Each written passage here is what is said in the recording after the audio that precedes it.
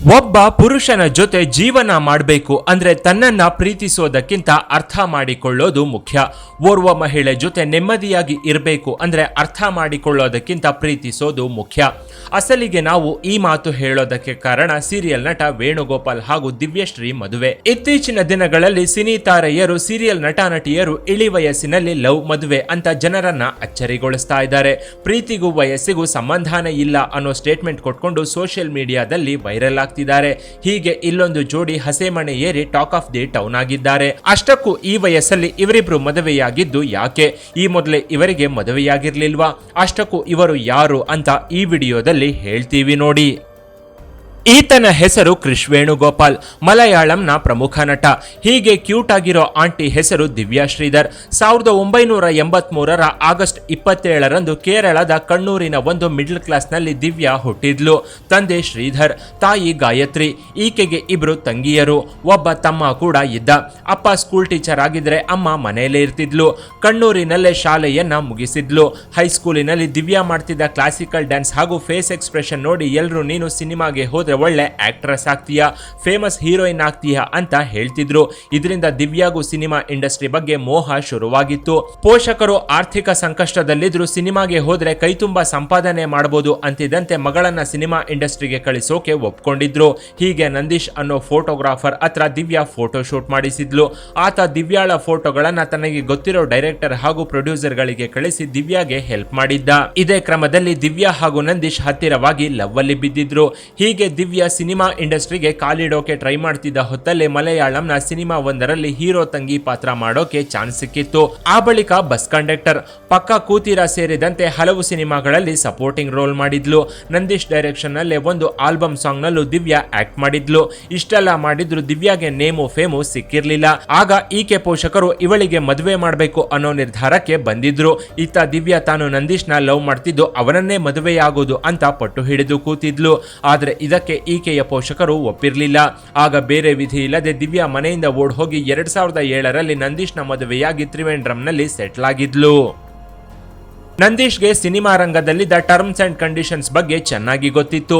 ಹೀಗಾಗಿ ದಿವ್ಯಾನ ಸಿನಿಮಾದಲ್ಲಿ ನಟಿಸೋಕೆ ಬಿಡದೆ ಚಿತ್ರರಂಗದಿಂದ ದೂರವಿಟ್ಟಿದ್ದ. ಹೀಗೆ ಇವರ ಪ್ರೀತಿಗೆ ಸಾಕ್ಷಿಯಾಗಿ 2008ರಲ್ಲಿ ಮಗಳು ಮಾಯಾ, 2014ರಲ್ಲಿ ಮಗ ದೇವಾನಂದ್ಗೆ ದಿವ್ಯಾ ಜನ್ಮ ಕೊಟ್ಟಿದ್ಲು. ಮಕ್ಕಳಾದ ಬಳಿಕ ಮನೆಯಲ್ಲಿ ಆರ್ಥಿಕ ಸಂಕಷ್ಟ ಶುರುವಾಗಿತ್ತು. ನಂದೀಶ್ಗೆ ಬರ್ತಿದ್ದ ಹಣ ಸಂಸಾರ ನಡೆಸೋದಕ್ಕೆ ಸಾಕಾಗ್ತಾ ಇರಲಿಲ್ಲ. ಇದೇ ವಿಚಾರಕ್ಕೆ ಮನಸ್ತಾಪ ಹಾಗೂ ಜಗಳಗಳು ಶುರುವಾಗಿದ್ವು.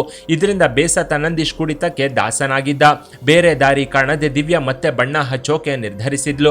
ಆದ್ರೆ ನಂದೀಶ್ ಇದಕ್ಕೂ ಅಡ್ಡಗಾಲು ಹಾಕಿದ್ದ. ಅಲ್ಲದೆ ಮನೆಯಲ್ಲಿ ನಿತ್ಯ ಜಗಳವನ್ನ ತೆಗೆದು ಹೆಂಡತಿಯನ್ನು ಹಿಡಿದು ಥಳಿಸಿ ಟಾರ್ಚರ್ ಕೊಡ್ತಿದ್ದ.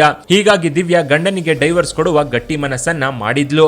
ಆದ್ರೆ ಡೈವರ್ಸ್ ಕೊಡೋದಕ್ಕೆ ನಂದೀಶ್ ಒಪ್ಪದಿದ್ದಾಗ ದಿವ್ಯಾ ಆತ್ಮಹತ್ಯೆಗೆ ಯತ್ನಿಸಿದ್ಲು. ಈ ಪ್ರಕರಣ ಪೊಲೀಸ್ ಸ್ಟೇಷನ್ ಮೆಟ್ಟಿಲೇರಿ ಕೊನೆಗೆ ಪೊಲೀಸರೇ ಮುಂದೆ ನಿಂತು 2018ರಲ್ಲಿ ಇಬ್ಬರಿಗೂ ಡೈವರ್ಸ್ ಕೊಡಿಸಿದ್ರು. ಕೋರ್ಟ್ ಇಬ್ಬರು ಮಕ್ಕಳನ್ನ ದಿವ್ಯಾ ಕಸ್ಟಡಿಗೆ ಕೊಟ್ಟಿತ್ತು. ಈ ವಿಷಯ ದಿವ್ಯಾ ಪೋಷಕರಿಗೆ ಗೊತ್ತಾಗ್ತಿದ್ದಂತೆ ಮಗಳನ್ನ ಮನೆಗೆ ಕರ್ಕೊಂಡು ಬಂದು ಧೈರ್ಯ ತುಂಬಿದ್ರು. ದಿವ್ಯಾ ಇಬ್ಬರು ಮಕ್ಕಳನ್ನ ಅಪ್ಪ ಅಮ್ಮನ ಹತ್ರ ಬಿಟ್ಟು ತ್ರಿವೇಂದ್ರಂನಲ್ಲಿ ಇದ್ದುಕೊಂಡು ಸಿನಿಮಾದಲ್ಲಿ ಚಾನ್ಸ್ಗಾಗಿ ಟ್ರೈ ಮಾಡ್ತಿದ್ಲು. ಆದ್ರೆ ಈಕೆಗೆ ಆರಂಭದಲ್ಲಿ ಸೈಡ್ ಆಕ್ಟರ್ ಆಗಿ ಕೂಡ ಚಾನ್ಸ್ ಸಿಕ್ಕಿರ್ಲಿಲ್ಲ. ಹೀಗಾಗಿ ಸೀರಿಯಲ್ಗಳಲ್ಲಾದ್ರೂ ತನ್ನ ಅದೃಷ್ಟವನ್ನ ಪರೀಕ್ಷಿಸಿಕೊಳ್ಳೋಣ ಅಂತ ನಿರ್ಧರಿಸಿದ್ಲು. ಹೀಗೆ ದಿವ್ಯಾಗೆ 2 ಸೀರಿಯಲ್ಗಳಲ್ಲಿ ಸಪೋರ್ಟಿಂಗ್ ಕ್ಯಾರೆಕ್ಟರ್ ಸಿಕ್ಕಿತ್ತು. ಇದರಿಂದ ತನ್ನ ಸೆಕೆಂಡ್ ಇನ್ನಿಂಗ್ಸ್ ನ ಶುರು ಮಾಡಿದ್ಲು.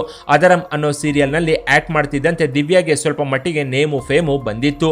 ಇದೇ ಸೀರಿಯಲ್ ನಲ್ಲಿ ಕ್ರಿಶ್ ವೇಣುಗೋಪಾಲ್ ತಾತನ ಪಾತ್ರ ಮಾಡ್ತಿದ್ದ. ಹೀಗೆ ಒಂದೇ ಸೀರಿಯಲ್ ನಲ್ಲಿ ಆಕ್ಟ್ ಮಾಡ್ತಿದ್ದ ಇವರಿಬ್ಬರ ನಡುವೆ ಒಳ್ಳೆ ಬಾಂಡಿಂಗ್ ಶುರುವಾಗಿತ್ತು. ಇನ್ನು ಈ ವೇಣುಗೋಪಾಲ್ ಬಗ್ಗೆ ಹೇಳಬೇಕು ಅಂದ್ರೆ ಈತ ಕ್ರಿಶ್ ವೇಣುಗೋಪಾಲ್ ಅಲಿಯಾಸ್ ಕೃಷ್ಣನ್ ವೇಣುಗೋಪಾಲ್. ಹುಟ್ಟಿದ್ದು ಕೇರಳದ ಎರ್ನಾಕುಲಂನಲ್ಲಿ. ತಂದೆ ವೇಣುಗೋಪಾಲನ್, ತಾಯಿ ಭಾಗ್ಯಲಕ್ಷ್ಮಿ. ತಂದೆ ಚಾರ್ಟರ್ಡ್ ಅಕೌಂಟ್ ಆಗಿದ್ರೆ ತಾಯಿ ಮನೆಯಲ್ಲೇ ಇರ್ತಿದ್ಲು. ಕ್ರಿಶ್ಗೆ ಡ್ರಾಯಿಂಗ್ ಪೇಂಟಿಂಗ್ ಅಂದ್ರೆ ಹುಚ್ಚು. ತಾನು ಮಾಡ್ತಿದ್ದ ಪೇಂಟಿಂಗ್ ನ ಕಾಂಪಿಟೇಷನ್ಸ್ಗೆ ಕಳಿಸಿ ಪ್ರೈಸ್ ಕೂಡ ಗೆದ್ದುಕೊಂಡು ಬರ್ತಿದ್ದ. ಕ್ರಿಶ್ ಪೈಲಟ್ ಆಗೋ ಕನಸು ಕಂಡಿದ್ದ. ಆದ್ರೆ ಈತನ ತಂದೆ ಮಗನನ್ನ ಸಿವಿಲ್ ಇಂಜಿನಿಯರ್ ಮಾಡಬೇಕು ಅಂತ ಅನ್ಕೊಂಡಿದ್ದ. ತಂದೆಯ ಆಸೆಯಂತೆ ಇಂಜಿನಿಯರಿಂಗ್ ಮುಗಿಯುತ್ತಿದ್ದಂತೆ LLBಗೆ ಜಾಯ್ನ್ ಆಗಿದ್ದ. LLBನು ಮುಗಿಸಿ MScಗೆ ಸೇರ್ಕೊಂಡಿದ್ದ. ಮಗ ಹೀಗೆ ಡಿಗ್ರಿ ಮೇಲೆ ಡಿಗ್ರಿ ತಗೋತಿದ್ರೆ ಗಾಬರಿಯಾದ ತಂದೆ ವೇಣುಗೋಪಾಲ್ ಇವನು ಇನ್ಯಾವಾಗ ಜೀವನದಲ್ಲಿ ಸೆಟ್ಲ್ ಆಗ್ತಾನೋ ಅಂತ 2003ರಲ್ಲಿ ಮಂಜುಳಾ ಅನ್ನೋ ಯುವತಿಯನ್ನ ನೋಡಿ ಗಂಟು ಹಾಕಿದ್ದ. ಹೀಗೆ ಇವರಿಬ್ಬರಿಗೆ ಇಬ್ಬರು ಗಂಡು ಮಕ್ಕಳು ಕೂಡ ಆಗಿದ್ವು. 2-3 ಡಿಗ್ರಿ ಇದ್ರೂ ಕ್ರಿಶ್ ಲಾಯರ್ ಕೆಲಸಕ್ಕೂ ಹೋಗದೆ ಇಂಜಿನಿಯರಿಂಗ್ ಕೆಲಸನೂ ಮಾಡದೆ ರೇಡಿಯೋ ಜಾಕಿ ಆಗೋಕೆ ಟ್ರೈ ಮಾಡಿದ್ದ. ಗಂಡ ದುಡಿಯದೆ ಸೋಮಾರಿ ಬೀಳ್ತಿದ್ರಿಂದ ಮನೆಯಲ್ಲಿ ಗಲಾಟೆಗಳು ನಡೆಯುತ್ತಿದ್ವು. ಆದ್ರೂ ಕ್ರಿಶ್ ಯಾವುದಕ್ಕೂ ತಲೆ ಕೆಡಿಸಿಕೊಳ್ಳದೆ 2008ರಲ್ಲಿ ರೇಡಿಯೋ ಜಾಕಿಯಾಗಿ ಕೆಲಸವನ್ನ ಗಿಟ್ಟಿಸಿಕೊಂಡಿದ್ದ. ಹೀಗೆ 6 ವರ್ಷಗಳ ಕಾಲ ರೇಡಿಯೋ ಜಾಕಿಯಾಗಿ ಕೆಲಸ ಮಾಡಿದ್ದ ಕ್ರಿಶ್ ಹಲವು ಅವಾರ್ಡ್ಗಳನ್ನ ಗೆದ್ದುಕೊಂಡಿದ್ದ. ಬಳಿಕ ಆ ಕೆಲಸನು ಬೋರ್ ಆಗಿ ಡೈರೆಕ್ಟರ್ ಆಗಿ ದಿ ಲೆಟರ್ ಅನ್ನೋ ಶಾರ್ಟ್ ಮೂವಿನ ಡೈರೆಕ್ಟ್ ಮಾಡಿದ್ದ. ಆದ್ರೆ ಅದು ಅಷ್ಟಾಗಿ ಕೈ ಹಿಡಿಯದಿದ್ರು ರೇಡಿಯೋ ಜಾಕಿಯಾಗಿ ಗಳಿಸಿದ್ದ ನೇಮು ಫೇಮ್ ಇಂದಾನೆ ಹೀರೋ ಆಗೋಕೆ ಚಾನ್ಸ್ ಸಿಕ್ಕಿತ್ತು. 2013ರಲ್ಲಿ ಹೊಸಬರ ಟೀಮ್ ಒಂದು ರೇಡಿಯೋ ಜಾಕಿ ಅನ್ನೋ ಸಿನಿಮಾನ ತೆರೆಗೆ ತಂದಿದ್ರು.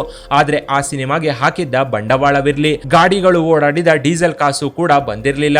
ಬಳಿಕ ಸಿನಿಮಾಗಳಲ್ಲಿ ಒಳ್ಳೆ ಕ್ಯಾರೆಕ್ಟರ್ ಸಿಗದಿದ್ದಕ್ಕೆ ಸಿನಿಮಾಗಳಿಗೆ ಗುಡ್ ಬೈ ಹೇಳಿ ಪುಸ್ತಕ ಬರೆಯೋದಕ್ಕೆ ಕೈ ಹಾಕಿದ್ದ. ಹೀಗೆ ಸತತ 75 ಪುಸ್ತಕಗಳನ್ನು ಬರೆದು ಪಬ್ಲಿಷ್ ಮಾಡಿಸಿದ್ದ. ಅಕ್ಷರ ವೇಣುಗೋಪಾಲ್ನ ಕೈ ಹಿಡಿದಿತ್ತು, ಜೊತೆಗೆ ಒಳ್ಳೆ ಹೆಸರನ್ನು ತಂದುಕೊಟ್ಟಿತ್ತು. ಈತ ಬರೀತಿದ್ದ ಸ್ಟೋರಿ ಸ್ಟೈಲ್, ಬಿಳಿ ಗಡ್ಡ, ಗಾಂಭೀರ್ಯತೆ ನೋಡಿದ ಡೈರೆಕ್ಟರ್ಗಳು ತಮ್ಮ ಸಿನಿಮಾದಲ್ಲಿ ವಿಲನ್ ಕ್ಯಾರೆಕ್ಟರ್ ನ ಕೊಟ್ಟಿದ್ರು. ಆ ಬಳಿಕ ಮಲಯಾಳಂ ಹಾಗೂ ತೆಲುಗು ಸಿನಿಮಾಗಳಲ್ಲಿ ಕ್ರಿಶ್ ಫುಲ್ ಬ್ಯುಸಿಯಾಗಿದ್ದ. ಸಿನಿಮಾ ಇಂಡಸ್ಟ್ರಿಗೆ ಬಂದ ಮೇಲೆ ಈತನಿಗೆ ಗರ್ಲ್ ಫ್ರೆಂಡ್ ಸಂಖ್ಯೆಯನ್ನು ಹೆಚ್ಚಾಗಿತ್ತು. ಇದನ್ನೆಲ್ಲ ನೋಡಿದ ಪತ್ನಿಗೆ ಗಂಡನ ಮೇಲೆ ಅನುಮಾನ ಶುರುವಾಗಿತ್ತು.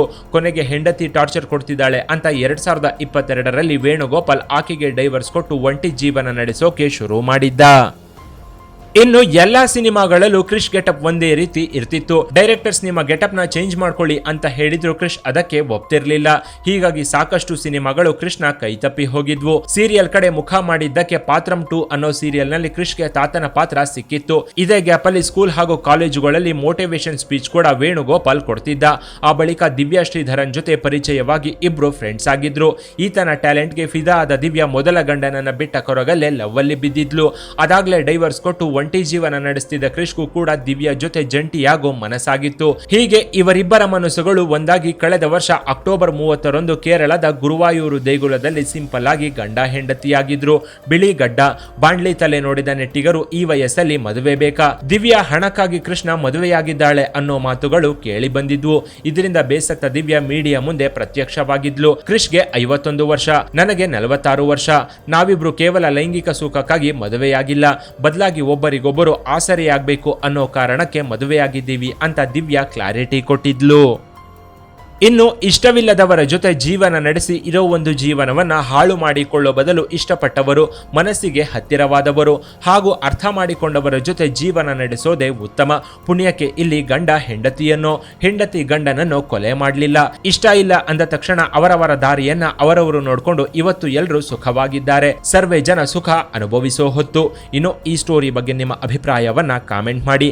ಕೆಳಗಿನ ಡಿಸ್ಕ್ರಿಪ್ಷನ್ ಬಾಕ್ಸ್ ನಲ್ಲಿ ವಾಟ್ಸ್ಆಪ್ ಚಾನೆಲ್ನ ಲಿಂಕ್ ಕೊಡಲಾಗಿದ್ದು ಅದನ್ನ ಸಹ ಫಾಲೋ ಮಾಡಿ. ಇನ್ನಷ್ಟು ಇಂಟ್ರೆಸ್ಟಿಂಗ್ ವಿಡಿಯೋಗಳಿಗಾಗಿ ಚಾನೆಲ್ನ ವಿಸಿಟ್ ಮಾಡಿ.